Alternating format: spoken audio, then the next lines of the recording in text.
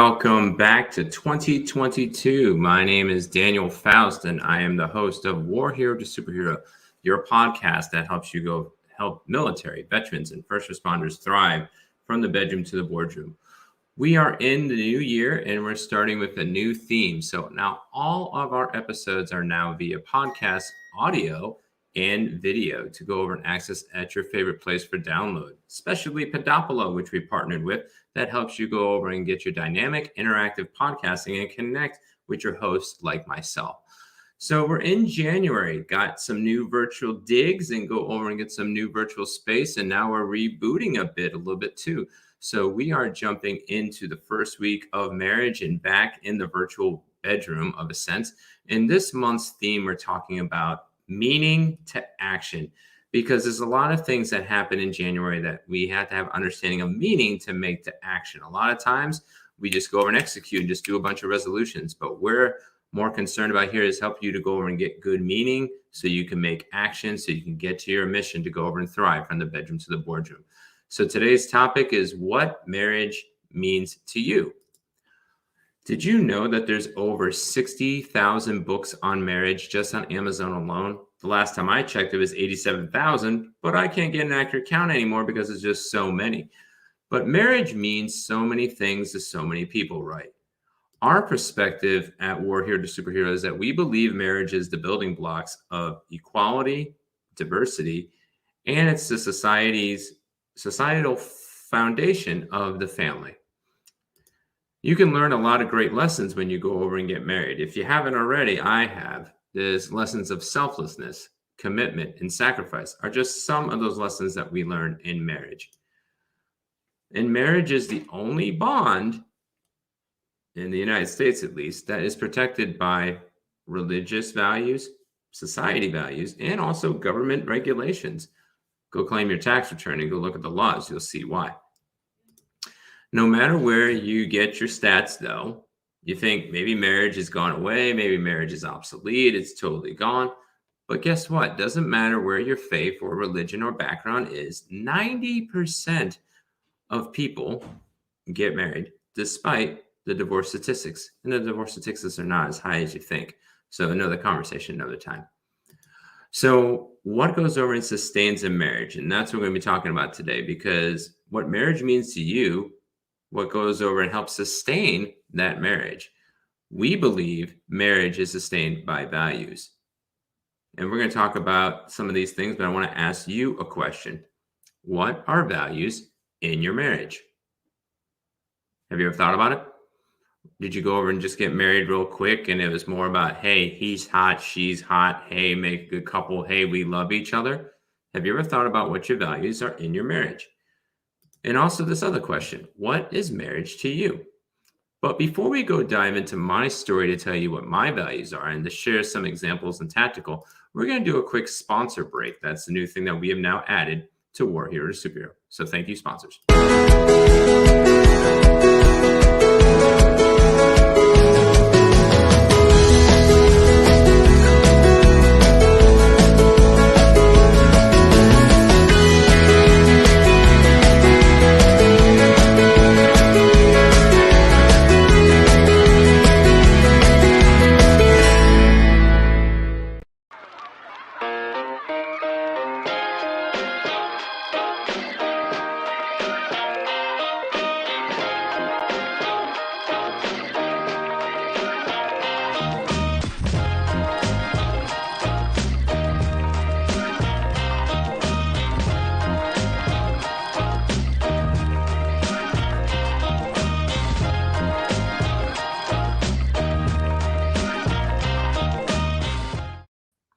Welcome back. Now, if you listen to this via audio, it was a beautiful music rendition of Amor Umbrella and also Jewel Drops. Amor Umbrella and Jewel Drops, you can go check out at legarity.tv or go find the Legarity app. So if you're listening to this via audio, it is a great musical rendition for you to go over and watch the video episode. Let's go jump back into our story of what is marriage? Because I asked you the question, what is marriage to you? So I'm going to give you an example of what marriage was to me. So marriage for me at first was, I thought it was about faith. So I went over and got married. to a beautiful woman 15 years ago. And when I got married to Michelle 15 years ago, I went over and had a foundation of faith, but I didn't truly have values of what my marriage was. You get taught things from a Christian perspective, from a secular perspective, from your parents, your mom, and your dad. But I really didn't have a true foundation of marriage. For me, I went over and got married because I thought, hey, I'm doing the right biblical thing. I'm supposed to have sex inside marriage. I'm supposed to go over and be a good husband and father, all those other types of things. But what truly happened is that I lived out none of those values at all. I went over and just lived day by day, going over and allowing my emotions and my preconceived thoughts and notions to go over and dictate our marriage. Even though I really wanted a biblical marriage, it was more about the tyranny of urgent. I also went over and was in the cycle of abuse. I was a gaslighter. I was all those types of things. So, and plus my wife had brokenness too. So you had two broken people together that really didn't have strong values. And we went over and basically tore each other apart little by little each and every day. We went through some deployments. We went through some kids. And when we got to year 7 on my wife's birthday, I threatened divorce. During that time, I got convicted while I did that on the phone. And then I come back home that night and my wife just spiritually kicked me in the, you just know where to visualize below the belt, if you know what I mean. And it was the first time that I went over and actually wrestled with values, not just to go over and what societal norms went over and said, but to actually wrestle on what I valued. Now, from that story, which is a really super quick story, what were our values in there? Our values were pretty much a superficial faith in sex was holding it all together. So we would go through the cycle of abuse, tensions would go right high, and then the blowout, usually me, and then I'd go over and then try to get emotionally convicted, then try to go over and get gifts and sex to go over and heal the bandage and then keep on going. I didn't have any strong values, or we didn't have any strong values to go over and hold our marriage together from year 1 to year 7. We were on the brink of divorce, and she had every right to go over and to let me go. So we were also completely different. We were completely different. We were completely different in many different things. We were from East Coast, West Coast, military, non-military, going over and from different even faith backgrounds. She came more from a Pentecostal background. I came more from a conservative Christian kind of Baptist background. And then you add the factors of just the values that I caught, which I went over and learned through my life, and then her values, which she learned. And then, there was abuse on both sides of the family in some regard. So we were completely different, totally completely different. So how did we go from almost divorcing on June 1st of 2013 to a thriving marriage, and now us going over and doing digital television and ministry together, and also working face-to-face and shoulder-to-shoulder, and also having 4 kids that are going over and flourishing? Again, we all have our moments, and I share those throughout the year. But in this moment, how did it go over and completely change? Well, how did it go over and completely change? Well, it was this.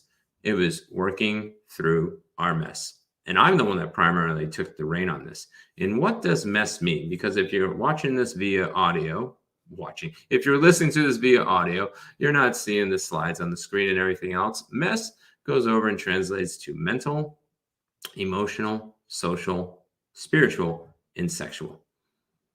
Those are the 5 main things that I had to go work through. What mental blocks, what mental brokenness, what did I believe about marriage? What did I believe about my wife? What did I believe about the thoughts of societal norms and those types of things?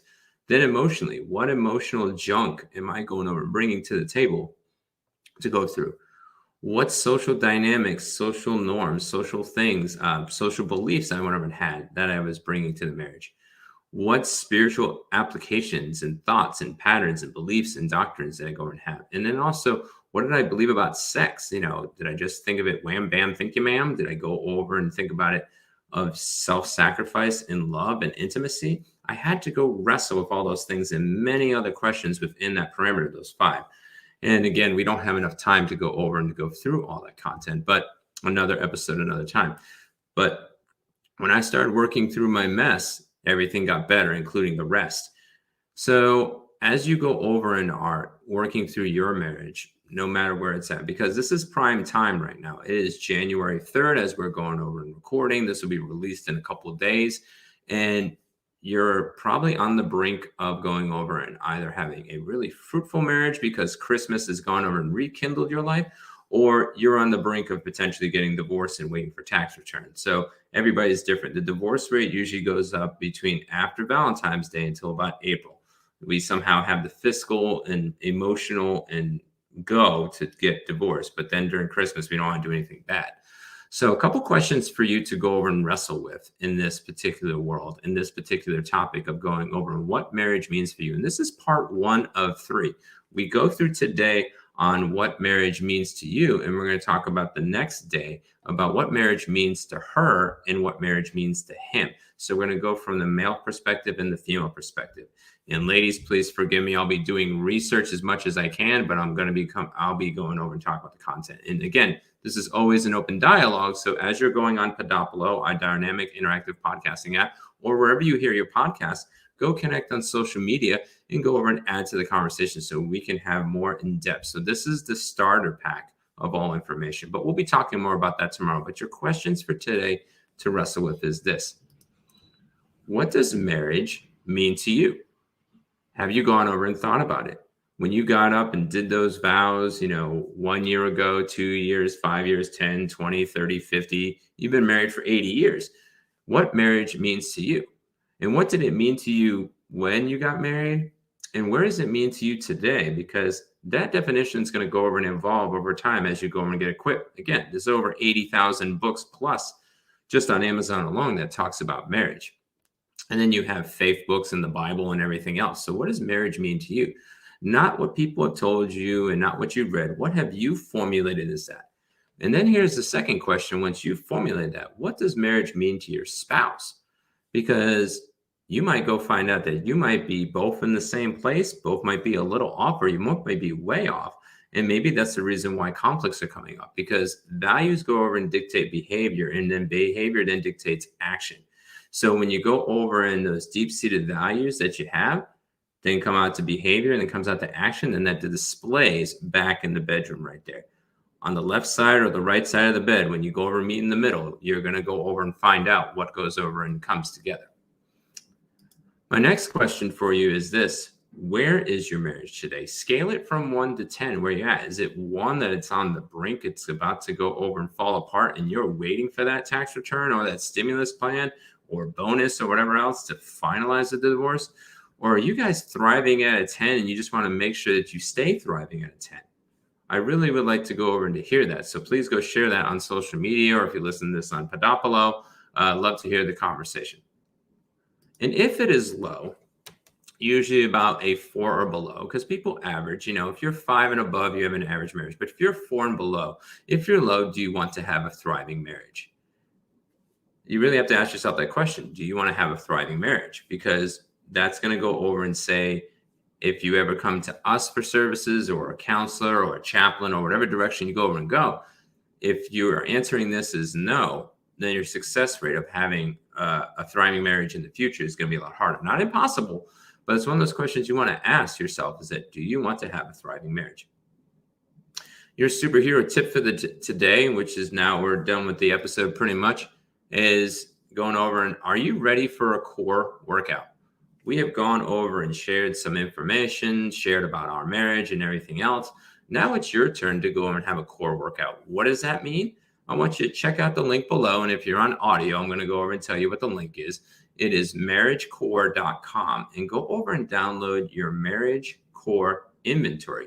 What core means is your connectiveness, your openness, your commitment, your openness, your restoration, and then your encouragement. Again, they developed the product better than me, so you can go check that out. What it goes over and challenges you is in those 4 key areas, because when you have that commitment, that openness, that restoration, and also that empowerment in your marriage, you go over and thrive.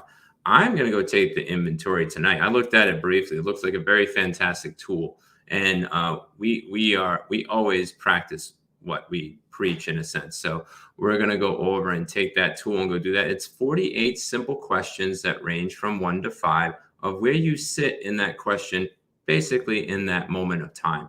And that's going to tell you where you're at.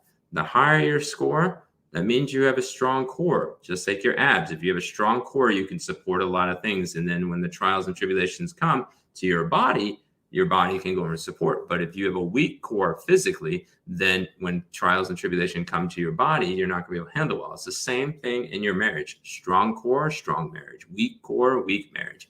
Trials and tribulations come, weak core, you could be destroyed. So not impossible to go over and restore, even if you're on the low numbers. So don't go take it as like, hey, we're low, we need to get a divorce. It's just going over identifying where you're at. So I want to thank you all for listening, no matter where you listen at nowadays. You'll check us live on social media. Go check us live at Podopolo and everywhere else. And when you're ready to go over and to connect, the dots, we are doing a new mission with our TV show. Our TV show is not War Hero to Superhero anymore. It is actually Impact for Difference. More details are coming, but you can go over, and if you are struggling in the bedroom, living room, or boardroom, I would love to go over and help you to go over and to thrive, and then take that testimony to go over and bring that to the world. So if you're interested and you have those low scores, either in the bedroom, living room, boardroom, connect with me on social media. I'd love to go talk to you about the next steps in our revolution about making impact for difference for you. So I want to thank you all for going over and joining. Thank you for all the sponsors of Armor Umbrella and Jewel Drops, which you can watch on Legrity, and we will catch you on the next episode.